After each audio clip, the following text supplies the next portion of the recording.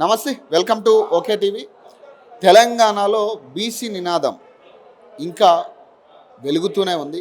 దీనికి సంబంధించి 42% ఏదైతే రాష్ట్ర ప్రభుత్వం వీళ్ళకి హామీ ఇచ్చిందో, బీసీలకు సంబంధించి 42% హామీ ఇప్పటికీ కూడా అమల్లోకి రాని పరిస్థితి రాష్ట్రంలో.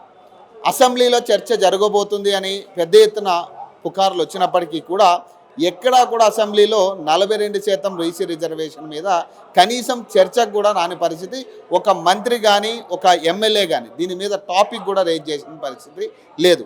సో ఇప్పుడు మున్సిపల్ ఎన్నికలు రాబోతూ ఉన్నాయి.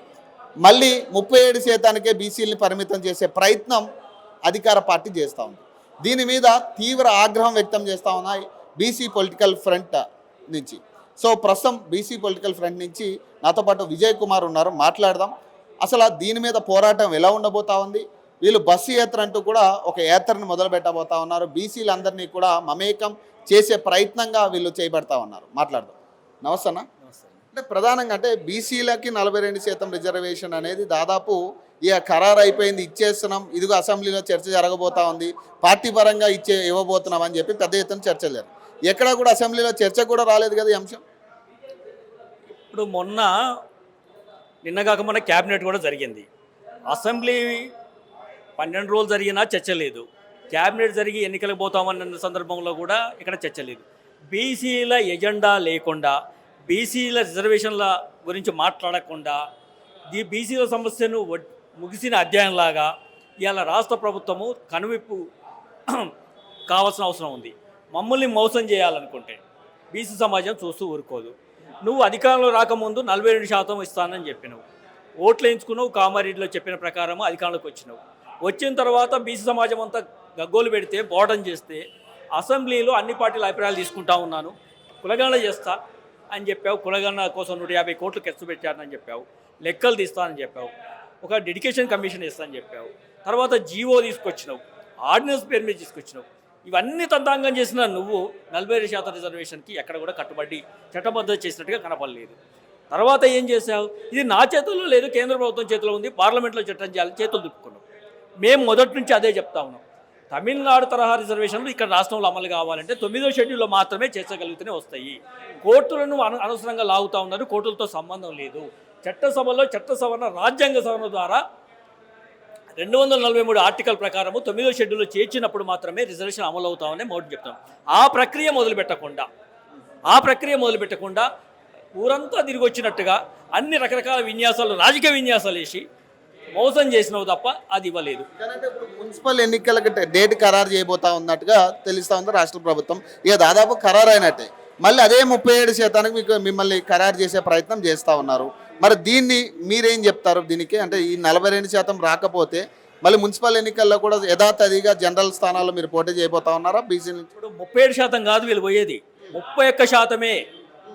31% మున్సిపల్ చైర్మన్లకు బీసీలకి, 28% ఏమో కార్పొరేటర్లకు ఇస్తా అని చెప్తా ఉంది. లెక్కలు తీసింది 57. అది ఈ రోజుకు పబ్లిక్ డొమైన్లో పెట్టలేదు. మా ఏ కులం ఎంత ఉందో కూడా నువ్వు బహిరంగ పరచలేదు. కానీ డెడికేషన్ కమిషన్ ఇచ్చిన రిపోర్టు ఆధారంగా 31% బీసీలకు మున్సిపల్ చైర్మన్లుగా, 28% కార్పొరేటర్లుగా వాళ్ళే బయట పెడతా ఉన్నారు.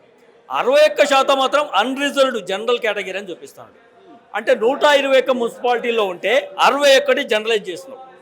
అందులో మాకు స్థానాలు ఉండవు. మమ్మల్ని 31 కుదించావు. ఎస్టీలకేమో 5, ఎస్సీలకు 17. ఇది నువ్వు 57% ఉన్న వాళ్ళకేమో 31 తీసుకొచ్చావు, 10% ఉన్న వాళ్ళకేమో 61% తీసుకుపోతా ఉన్నావు. ఇక్కడే కనపడుతుంది నీ బహిరంగంగా అగ్రకులాలకి అందరం ఎక్కియడానికి. దీన్ని ప్రతిపక్షంగా ఉన్న బీఆర్ఎస్, బీజేపీ పార్టీ ఎక్కడ ప్రశ్నించట్లేదు. ఎందుకంటే అసెంబ్లీలో మీరు మోసం చేశారు కదా 42% బీజేపీకి ఇస్తామని చెప్పి, మరి ఎందుకు ఇవ్వట్లేదని చెప్పేసి ప్రతిపక్షము కొట్లాడట్లేదు, అడగట్లేదు. బీజేపీ అడగట్లేదు, బీఆర్ఎస్ అడగట్లేదు. అంటే కాంగ్రెస్ పార్టీ ట్రాప్లోనే 3 పార్టీలు పోతూ ఉన్నాయి. అంటే బీసీ వ్యతిరేక పార్టీలుగా స్పష్టంగా అర్థమైంది. పార్లమెంటు జరుగుతూ ఉంటే ఒక ప్రైవేటు బిల్లు పెట్టవు, అఖిలపక్షాన్ని తీసుకుపోయి పార్లమెంట్లో చట్టం చేయవు, పైగా మేము పార్టీ తరఫున కూడా సీట్లు ఇస్తామని చెప్పి సర్పంచ్ ఎన్నికల్లో చెప్పినావు 17% కుదించి. కానీ బీసీలు చైతన్యవంతులయ్యి 57% తెచ్చుకోగలిగారు. ఈనాడు 31 చెప్తున్నావు. మేము ఇప్పుడు కూడా పిలుపునిస్తూ ఉన్నాం. మా బీసీ పొలిటికల్ ఫ్రంట్ తరఫున ఒక బస్సు యాత్ర చేయబోతున్నాం. రాష్ట్ర వ్యాప్తంగా పెద్ద ఎత్తున రాజకీయ ఉద్యమం చేయబోతా ఉన్నాం. అది ఆషామాషిగా లేదు.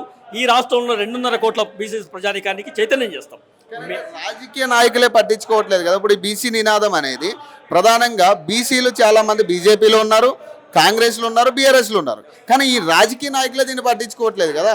కేవలం ప్రజల్లో చైతన్యం తీసుకురావాలనే మీ ఏదైతే ఆలోచన ఉందో రాజకీయ నాయకులు కదా మెయిన్ మాట్లాడాల్సింది కూడా అక్కడప్పుడు. నిజమే మీరు చెప్పింది. మొన్న సర్పంచ్ ఎన్నికలు కూడా ఈ 3 పార్టీల రాజకీయ నాయకులు మాట్లాడలేదు 17% కుదించినప్పుడు. కానీ బీసీ ప్రజలు చైతన్యవంతులతో 52 గెలుచుకొచ్చారు కదా. ప్రజా చైతన్యం అంటే ఇది. నువ్వు 30 ఎక్కడికి ఇచ్చుకో, 17కి ఇచ్చుకో, బీసీల సత్తా ఏందో, బీసీల చైతన్యం ఏందో ఎన్నికల రూపంలో అధికారం తెచ్చుకుంటారు. అది ఆల్రెడీ సర్పంచ్ చూపించారు. ఈరోజు కూడా 50% దాటే 60%కి బీసీలు తెచ్చుకుంటారు. ఆ శక్తి ప్రజల్లోకి ఉంది.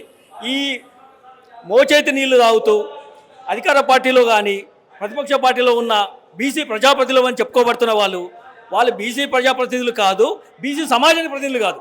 ఈ 3 పార్టీల ప్రతినిధులుగా నిలబడుతూ ఉన్నారు.